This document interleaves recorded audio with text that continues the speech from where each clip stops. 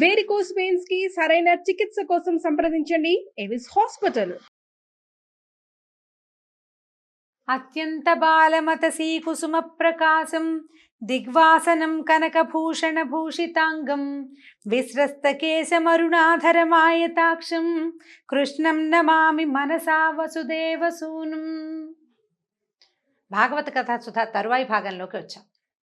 కృష్ణుడు సుధాముడికి అనేక రకాల వరాలు ఇచ్చి అక్కడి నుంచి బయలుదేరాడు. బలరాముడితో కలిసి గోపబాలుడితో కలిసి మధురా నగరంలో తిరుగుతున్నాడనమాట. ఆ ముందుకు వెళ్తుంటే ఆయనకి ఒక అమ్మాయి ఎదురుపడింది. ఇదేంటంటే చేతిలో పెద్ద పాత్ర ఉందట. పాత్రలో పెద్ద పళ్ళె ఉంది. పళ్ళెల్లో చిన్న చిన్న పాత్రలు చాలా ఉన్నాయి. ఆ పాత్రల నిండా మైపూతలు అంటే గంధాలు అనమాట. పైన రాసుకునేవి క్రీములు లాంటివి అనుకుందాం, లేదా గంధం అని కూడా చెప్పచ్చు. అయితే పాత్ర అది పుచ్చుకుని అట్లా మోసుకుంటూ వెళ్తుంది. దాని ఆమె ముఖం ఎంత అందంగా ఉందోట, మహాద్భుతమైన సౌందర్యంగా ఉంది. కానీ ఎలా ఉంది, ఎలా పొట్టిగా ఉందన్నమాట. ఆమెను చూసి కృష్ణుడు అడిగాడు అనమాట, ఓ పద్మాక్షి, ఎవరు నువ్వు, ఇవన్నీ ఎక్కడికి తీసుకెళ్తున్నావు, నీ పేరేంటి, ఇవి మాకు ఇస్తావా అని అడిగాడు. అవి ఇవ్వు, చక్కగా నువ్వు ఎంతో బాగుంటావు, నీకు బాగా మేలు జరుగుతుంది అన్నాడు. ఓ చక్కందానా అని పిలిచాడనమాట. పద్మాక్షి అని పిలిచేసరికల్లా ఆ అమ్మాయి ఏంది, ఓ సుందరంగా నువ్వు భలే అందగాడివి, కానీ నన్ను వేధించద్దు, ఎందుకంటే అందరికీ అందాలు ఎలా వస్తాయి, నన్ను త్రివక్ర అంటారు, నేను కంసుడి దాసిని, అచ్చమైన మైపూతలు అంటే చక్కటి క్రీములు తయారు చేస్తుంది అనమాట. ఇది మా రాజు నన్ను చాలా మెచ్చుకుంటాడు, మీరు కూడా పూసుకుంటారా ఈ క్రీములు అని అడిగేసరికల్లా అయితే ఆయన నవ్వుతూ ఏం చేశారంటే నవ్వుతూ చూస్తున్నాడు అనమాట. ఆమెను కేసి చూస్తుంటే ఆవిడ ఏం చేసింది, దగ్గరగా వెళ్ళింది. ఆ గిన్నె పళ్ళెం పుచ్చుకుని వాళ్ళ దగ్గరికి వెళ్తుంటే ఆమెకు మంచి సంతోషం కలుగుతోందట. నవ్వు, చూపులు, మనసు, అసలు వాళ్ళ నవ్వు మొహాలు, వాళ్ళు తన కేసు చూస్తున్నా అంటే ప్రేమగా చూస్తున్నారు అనిపిస్తోంది అనమాట. ఒక సంతోషం పట్టలేక ఏం చేసింది, ఆ మైపూతలు ఉన్నటువంటి పళ్ళాన్ని చాపింది. తీసుకోండి అని దగ్గరికి వెళ్ళింది.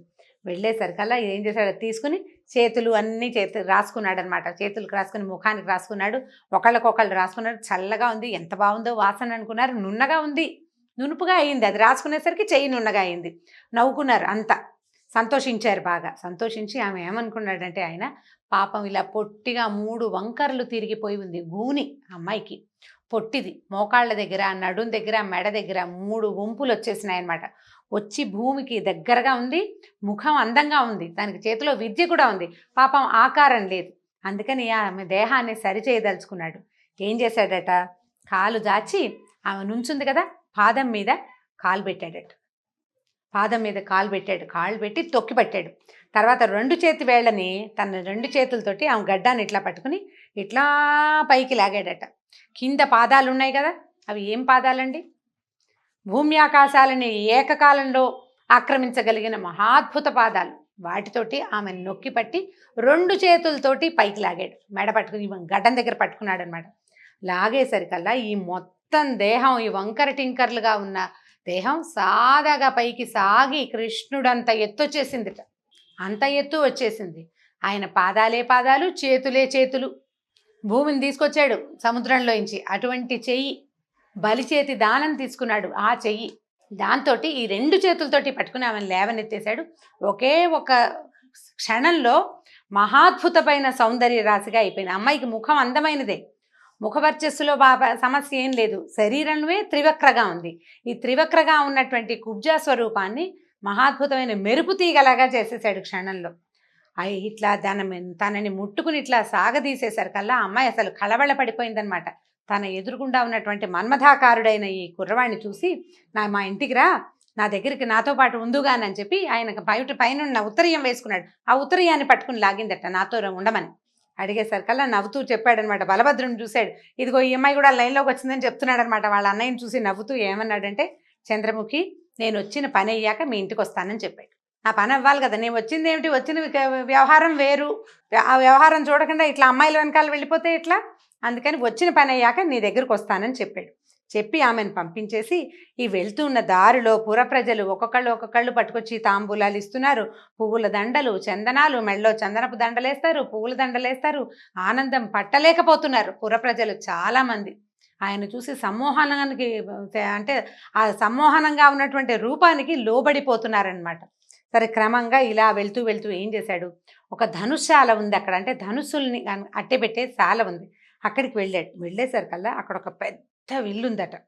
అది ఎలా ఉందంటే దేవేంద్రుడి ధనస్సులాగా మిక్కిలి గొప్పదై మేటి వీరుల చేత సంరక్షింపబడుతున్నటువంటి దుర్భేద్యమైన పెద్ద ధనుసు. దాన్ని రక్షించే వాళ్ళన్నారు, బాబు వద్దమ్మా ముట్టుకోకు, పెద్దది బరువు మీద పడుతుంది అని చెప్తున్నారు, వద్దంటున్నారు వాళ్ళు.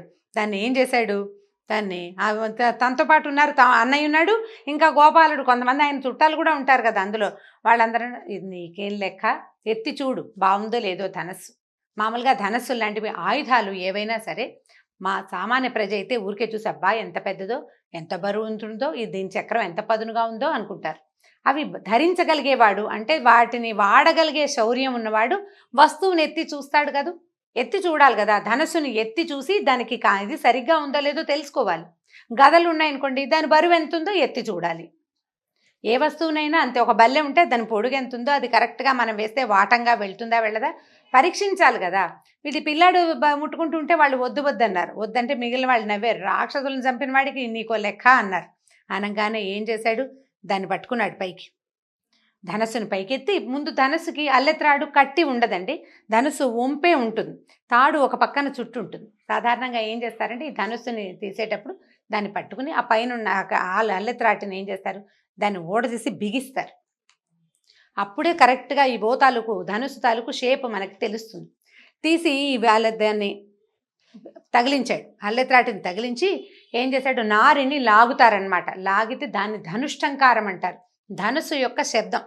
ఆ నారి గట్టిగా లాగి వదిలితే జమ్మని పెద్ద శబ్దం వస్తుంది. అయితే ఇప్పుడు దాని డిగ్రీ సరిగ్గా ఉండాలి, అది ఎన్ని కరెక్ట్గా కుదిరిందా లేదా, దాని కోణం సరిగ్గా ఉండాలన్నమాట. ఏదైనా తేడా ఉంటే విరిగిపోతుంది. అది పరీక్షించటం కోసం ఈయన లాగేసరికి అది ఎట్లా ఉందంటే, లాగేసరికి ఒక మదపటేనుగు చెరుగడని విరిచినంత తేలికగా దాన్ని లాగి విరిచేశాడు. ఈ లాగేసరికల్లా మధ్యకి పట్టుకుమని విరిగిపోయింది. ధనస్సు విరిగేసరికల్లా ఎట్లాంటి శబ్దం వచ్చిందంటే మామూలు శబ్దం కాదు, అది చాలా పెద్ద ధనుసు, చాలా బరువైనది. అది లాగిన శబ్దానికే ఒక శబ్దం వస్తుంది, మెరుపులు ఉరుముతున్నట్టుగా ఉంటుంది. విరిగేసరికల్లా హడిలిపోయారు చుట్టుపక్కల జనం. ఈ యాగశాలలో ఉన్నటువంటి కంసుడికి భయం వేసింది. ఏంటో ఢామంది ఉలిక్కి పడ్డాడనమాట, భయపడిపోయాడు.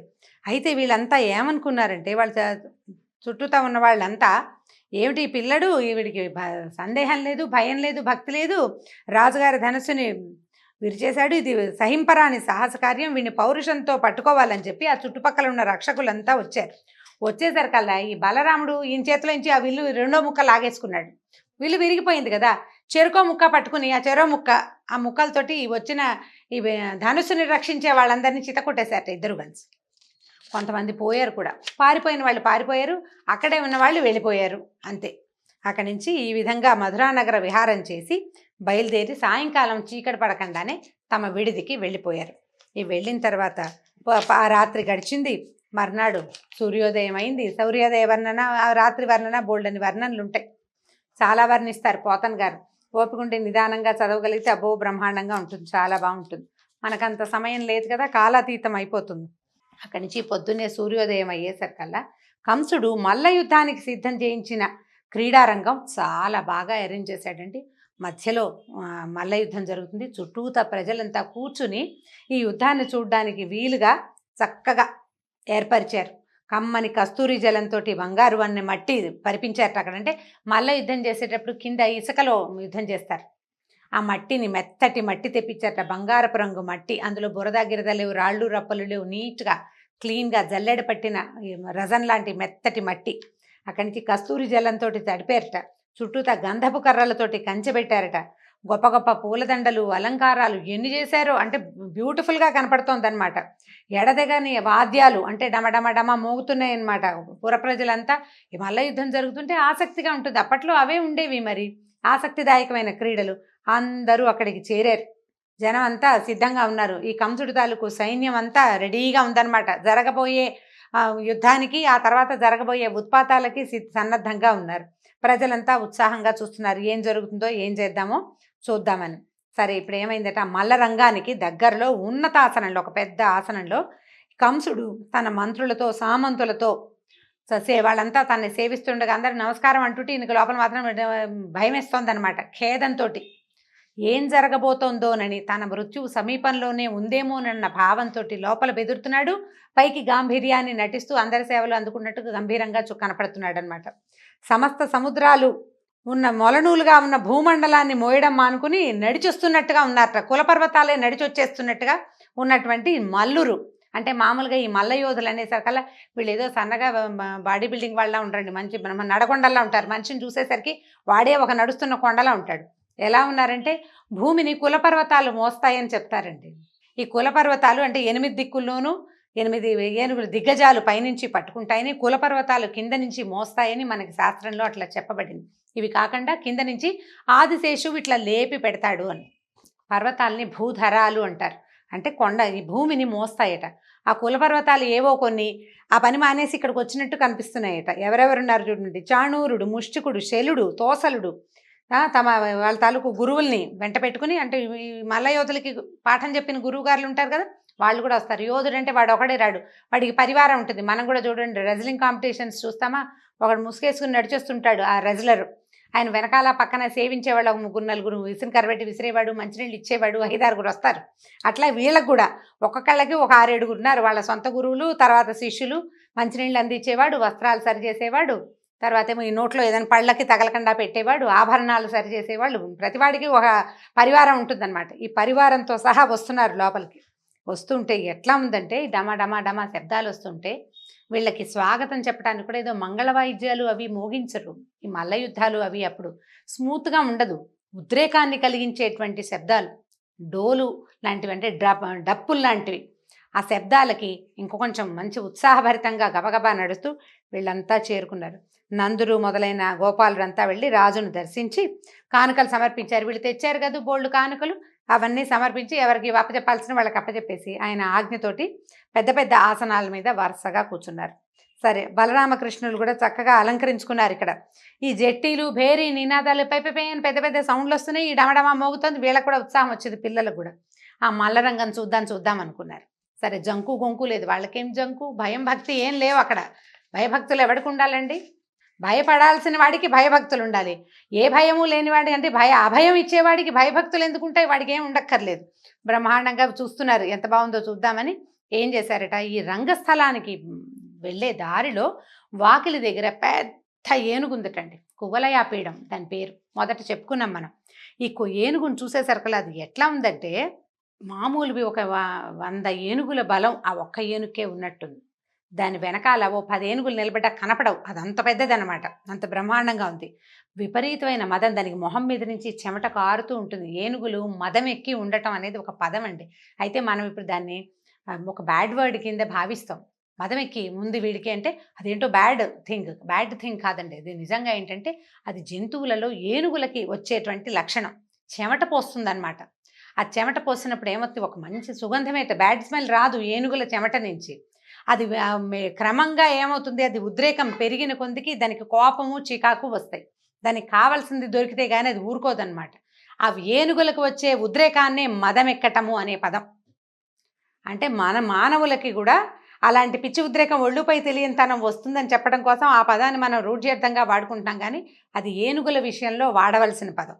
అక్కడి నుంచి ఇది మొహం మీద నుంచి చెమట కారుతుంది, మంచి తిక్క మీద ఉందన్నమాట. దాన్ని అక్కడ కనపడేసరికల్లా ఏమన్నాడు, ఈ గుమ్మానికి అడ్డంగా నుంచోబెట్టారు దాన్ని. లోపలికి రావాలి కదా, వస్తుంటే ఓ మావటి, నువ్వు మా వైపు నువ్వు ఏనుగుని తోలాల్సిన పని లేదు, వెనక్కి మరలించు. మా వైపు ఎందుకు తోలుతున్నావు, ఏనుగుని మరలించు వెనక్కి అని గట్టిగా మాట్లాడాడు. ఈ మాట్లాడిన శబ్దం ఎలా ఉందంటే మేఘ గంభీర ఘోష అని చెప్తారు. విష్ణుమూర్తి తాలూకు శబ్దమే ఆయన మాట్లాడితే ఉరిమినట్టు ఉంటుందిట, మేఘంలో నుంచి వచ్చే శబ్దంలాగా ఉంటుంది. ఈ బాలక ఆ రూపంలో ఉన్నప్పటికీ ఆయన కంఠానికి ఏమీ తేడా లేదు, అదే గొంతు. ఆ మేఘ గంభీర స్వరంతో మా వైపు ఎందుకు తిప్పుతావు, ఏనుగుని వెనక్కి తిప్పు, ఒకవేళ నా వైపు కనుక నువ్వు ఢీ కొట్టించడానికి ప్రయత్నం చేసావా, పిడికిరి పోట్లతో నిన్ను కూడా కైలాసానికి పంపిస్తానని చెప్తున్నాడు. యముడి దగ్గరికి వెళ్తారు మీరు, ఇది తథ్యం, మరలించు వెనక్కి అన్నాడు. అనేసరికల్ వాడు ఆగల. ఆ మావటివాడు దాని మీద కూర్చున్నవాడు, వాళ్ళు ఏం చేస్తారంటే చిన్న ఇంతది ఉంటుందండి, అంకుశం అంటారు. అంత పెద్ద ఏనుగుకి అంకుశమే చాలు, అలానం అంటారు. అంటే ఏనుగుని కట్టే స్తంభాన్ని అలానం అంటారు. ఈ అలానం అక్కడే ఉంది సరిగా, వీళ్ళు ఎక్కడైతే ఏర్పరిచారో ఈ మల్ల యుద్ధపు పోటీలు, దాన్ని కట్టే స్తంభం అక్కడే ఉంది, అందుకని అది అక్కడే నుంచుంది. ఈ పైన ఉండేవాడికి ఇంతే ఉంటుంది సన్నగా, అది దానికి ఒక కొస ఉంటుందన్నమాట. దానికి కుంభస్థలం దగ్గర పొడుస్తారు. ఆ పొడిచే పోటు తాలూకు ప్రెషర్ని బట్టి ఏం చేయాలో ఏనుగుకి తెలుస్తుంది అనమాట. ఈ పైన ఉన్నవాడు ఎదురుగుండా వస్తున్న వాళ్ళ మీదకి వెళ్ళు అని సంకేతం చెప్తున్నాడు దానికి, అది వీళ్ళ మీదకి వస్తుందన్నమాట. ఇప్పుడు ఎప్పుడైతే కృష్ణుడు ఇతన్ని వద్దని చెప్పాడో, మా వైపు చేయొద్దు, నువ్వు పక్కకి మరల్చు, వెనక్కి మరల్చమని చెప్పినా వాడు వినకుండా ఇంకొకసారి దెబ్బ కొట్టి అంకుశంతో దాన్ని ఈయన వైపుకి వీళ్ళ వైపుకి మరలించాడు, వీళ్ళ మీదకి ప్రేరేపిస్తున్నాడు అనమాట, వెళ్ళి కొట్టేసేయమని. దాంతో ఏం చేశాడంటే జుట్టు చక్కగా ముడేసుకుని ఉన్నాడు, దాన్ని ముడి ఇంకొంచెం బిగించుకున్నట్ట కృష్ణుడు. పీతాంబరాన్ని గట్టిగా బిగించి కట్టుకున్నాడు, పంచ కట్టుకుని ఉన్నాడు కదా పసుపచ్చది, దట్టి బిగించాడనమాట. మంచి మొహం మీదకి ఇట్లా జుట్టు పడుతోందట ముంగురులు. ఆ పడుతున్న జుట్టుని వెనక్కి తోసుకున్నాడు. వెనక్కి తోసి ఏం చేశాడు, అబ్బో శబాష్ శబాష్ అంటున్నారు చుట్టుపక్కల చూసేవాళ్ళు. ఇప్పుడు దట్టి బిగించటము అనగానే ఒక యుద్ధానికి సిద్ధం అవటం, సన్నద్ధం అవటం అనే క్రియ. మామూలుగా ఉండేవాడు మామూలుగానే వెళ్తాడు, జుట్టు బిగించాడు, గోచి బిగించడం అనేది మనం ఇప్పుడు కూడా వాడుకుంటూ ఉంటాం. యుద్ధానికి వెళ్లే ముందు చేసేది అది. మిగిలిన వాళ్ళకి అర్థమైంది ఇతను దాన్ని ఢీకొనబోతున్నాడు అనేది అతని చుట్టుపక్కల వాళ్ళకి, చుట్టూతా ఉన్న ప్రజలకి కూడా అర్థమైంది.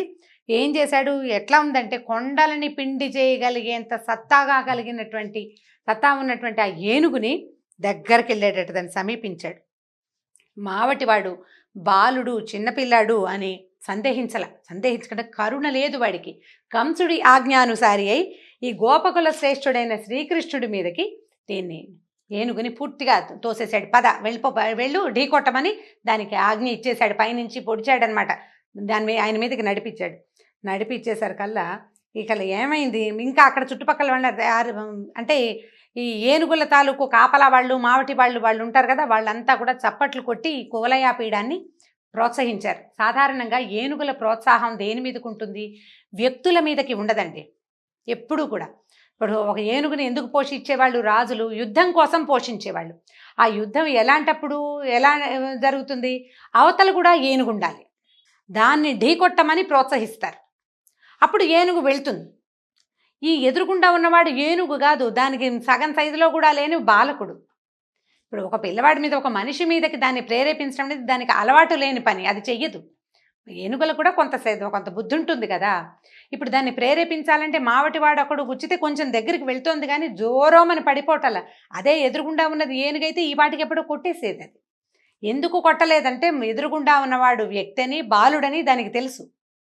దాన్ని మరింత ప్రేరేపించడానికి చుట్టుపక్కల ఉన్నటువంటి మావటులంతా కూడా చప్పట్లు కొట్టి దాన్ని ఎగసన దోశారు, వెళ్ళు కొట్టేసేయమని. పైన వాడి మాట పూర్తిగా అది వినదు. ఎప్పుడు వింటుంది, ఎదురుగుండా ఉన్నది ఏనుగైతే, లేదా అది యుద్ధరంగం అయితే. ఇక్కడ ఆ పరిస్థితి లేదు కదా.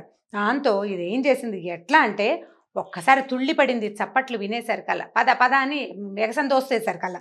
దాంతో మృత్యుదేవతలాగా, కాలపురుషుడిలాగా, యముడిలాగా శ్రీకృష్ణుడి మీదకి దూకిందట ఏనుగు. దూకేసరికల్లా పైగా దీని మొహం మీద నుంచి మదజలం వస్తుందా, అది ఎట్లా ఉంటుందంటే అరటి పువ్వుల వాసన వస్తుందటండి ఏనుగు మదజలం. ఎవరైనా కావ్యాలు అవి చదివిన వాళ్ళకి తెలుస్తుంది. దీన్ని ఇలాంటి విషయాన్ని కాళిదాసు ఎన్ని చోట్ల వర్ణించాడండి. కుమార సంభవం, రఘువంశం కావ్యాల్లో కనపడుతుంది అనమాట. ఏనుగుల ముఖం మీద నుంచి వచ్చే ఈ మదజలపు వాసన ఒక రకమైన పువ్వుల వాసనని పోలి ఉంటుంది. అది కూడా అరటి పువ్వుల వాసన అని చెప్తారు. వాటికి తుమ్మెదలు తిరుగుతాయి పువ్వుల మీద. ఈ మదజలాన్ని కూడా ఈ పువ్వుల వాసనగా భ్రమపడి ఈ తుమ్మెదలన్నీ తిరుగుతూ ఉంటాయి. ఈ తుమ్మెదలు తిరిగేసరికల్లా, తుమ్మెదలు తిరిగిన కొందికి అవి చెవి దగ్గర మొహం మీద ఎక్కాయి కదా నీళ్లు గారేది, అవి గొయ్యి అని తిరుగుతుంటే ఆ జంకారానికి దానికి ఇంకా తిక్క పుట్టిపోతుంది అనమాట. ఇంకా అహంకరించింది. ఏం చేసింది, తర్వాత ఘీంకారించింది, పెద్దగా ఘీంకారం చేసింది. తన తొండంతో ఎట్లా ఉందంటే, తొండం ఆదిశేషుణ్ణి కూడా నిర్లక్ష్యం చేయగలిగే తొండం అట. అంత పెద్ద ఏనుగు అనమాట. సౌరిని పట్టుకుందట. ఈయనెక్కడ, ఆయన లొంగుతాడు దానికి. అటునిటు ఏం చేశాడంటే రాహువు ముఖంలో నుంచి తప్పించుకునే బాలభాస్కరుడిలాగా ఎగిరి దాని కాళ్ళ మధ్యలో దూరిపోయాడు. ఒక్క దూకాడు పక్కకి, కాళ్ళ మధ్యలోకి వెళ్ళిపోయాడు. ఇక ఎవరినైతే తను యుద్ధం చేయడానికి బయలుదేరిందో, ఎవరిని పట్టుకోవడానికి ప్రయత్నిస్తుందో ఆ పిల్లాడు కనపడకపోయేసరికల్లా దానికి కోపం వచ్చేసింది, ఏనుగుకి తెక్కొచ్చేస్తుంది అనమాట. అటు ఇటు తిరిగి చూసింది. కాళ్ళ మధ్య ఉన్నవాడు ఎట్లా కనపడతాడు, ఏనుగుకి అంత సూక్ష్మ దృష్టి లేదు, చుట్టుపక్కల చూడగలుగుతుంది. దాంతో వాసన పసిగట్టింది, కాళ్ళ మధ్య ఉన్నాడని తెలుసుకుని ఏం చేసింది, తొండాన్ని కిందకి వంచి మెడ పట్టుకోవటానికి ప్రయత్నం చేసేసరికల్లా ఆయన ఏం చేశాడు, వెనక వైపుకి వెళ్ళిపోయాడు. దాన్ని తోక పట్టుకున్నాడు. ఏనుగుకి తోక సన్నగా ఉంటుంది, దాని శరీరానికి దాని తోకకి సంబంధం ఉండదు. ఏం చేశాడు, దాన్ని పట్టుకోవటం ఏమిటి, అంతకుముందు చాలా సార్లు ఆయన ఆవు దూడల్ని వాటిని వీటిని ఎత్తి విసిరేశాడు. గుర్రాన్ని విసిరేశాడని కూడా విన్నాం. అంత ఏనుగుని తోక పట్టుకుని విసిరేశాడట, గిరగిరా తిప్పి విసిరేశాడు. ఇక అటు ఇటు ఆయన పక్కకు పడేసరికల్లా ఆ ఏనుగు దానికి తిక్క మీద ఉంది, పైగా వీడిని కొట్టాలి అని ప్రోత్సాహం ముందే పొందింది. అది ఇతనే పట్టుకున్నాడని, తన కాళ్ళ మధ్యలో నుంచే వెళ్ళాడని అది తెలిసింది కదా, ఆ వాసన ఒకటి తెలుస్తుంది, ముఖం గుర్తుపడుతుంది. దాంతో కింద పడినా సరే అది మళ్ళీ పరిగెత్తుకుంటూ వచ్చిందట. ఇక తను కుడివైపుకి తిరిగితే ఎడం వైపుకి తిరిగి, అది ఇటు వస్తే అటు వచ్చి దొరకకుండా దాన్ని నానా తిప్పలు పెట్టాడు.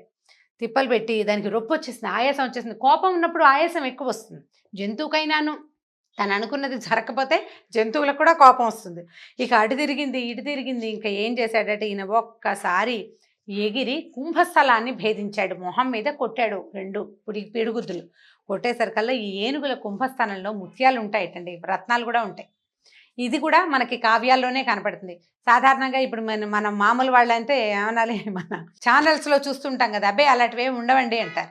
ఉండకపోవచ్చు, కానీ పాతకాలపు ఈ పుస్తకాల్లో కానీ మనకి పురాణాల్లో కానీ కావ్యాల్లో కూడా ఏనుగు కుంభస్థలంలో ముత్యాలు అవి ఉంటాయని, మంచి ముత్యం ఏనుగు కుంభస్థలంలోనే దొరుకుతుందని చెప్తారు. ఈ కొట్టేసరికల్లా దాని ముఖం మీద నుంచి ఇది పగలంగానే ఎలా అయిందంటే, ఇట్లా ఎగిరిపోయిన ముత్యాలు, కుంభస్థలం పగిలి ఎగిరిన ముత్యాలు దాని కుంభస్థలపు తాలూకు నెత్తురు తగిలి రత్నాల్లాగా మెరుస్తూ అటు ఇటు పడిపోయినాయట. కొట్టేశాడు, బాగా పడిపోయినాయి దెబ్బలు. ఒకే ఒక పెద్ద కేక ఘీంకరిచ్చింది, చావు కేక అనమాట అది. అదేదో శౌర్యంతో ఘీంకారం కాదు, శక్తిని కోల్పోయి ఈ మొహం పగిలిపోయేసరికల్లా తొండం వేళ్లాడిపోయింది. ఎలా అయిందంటే అది తామరతూడులాగా వేళ్లాడుతూ పడిపోయిందట కిందకి. ఈ చుట్టుపక్కల వాళ్ళంతా పరమాశ్చర్యం పొందారు. ఈయన ఏం చేశాడు, దీని కింద పడంగానే దాన్ని ఏంటంటే, ఏనుగులకి వాటి బలము వాటి మదము వీటిలలో ఉంటుంది, ఏనుగు దంతాల్లో. దాన్ని ఏం చేశాడు, గట్టిగా మీదకి మెడ దగ్గర కాలేసి దంతాలు ఊడబెరికేశాడు. ఊడబెరికిన దంతంతో కొట్టాడు 4-5 దెబ్బలు.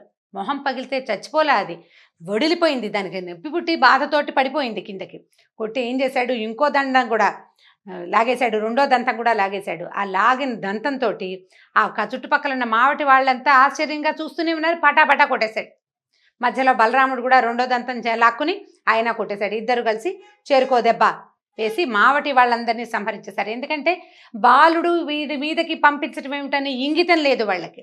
ఒక రాక్షస రాజుని అనుసరిస్తూ అతని రాక్షస పాలనలో ఉంటూ వీళ్ళకు కూడా రాక్షస ప్రవృత్తి వచ్చింది. ఇంత నడగొండలాగా ఉన్న ఏనుగు బాలుర సమూహం మీదకి పంపటం ఏమిటి అనే చిన్న ఆలోచన చేయని వాడు మనిషి అయినా రాక్షసుడితోటి సమానమే. దాంతో మొన్న మావటి వాండ్రందరినీ సంహరించేశారు. చెరొక దంతాన్ని భుజం మీద గదల్లాగా వేసుకుని ఏం చేశారు, గోపాలకులందరూ తమని అనుసరించి వస్తుండగా మల్ల యుద్ధం జరుగుతున్నటువంటి రంగస్థలానికి ప్రవేశించారు. కువలయాపీడ వధతోటి ఈరోజు భాగం సమాప్తం. వచ్చే భాగంలో మళ్ళీ రేపొద్దున కలుసుకుందాం. నమస్కారం.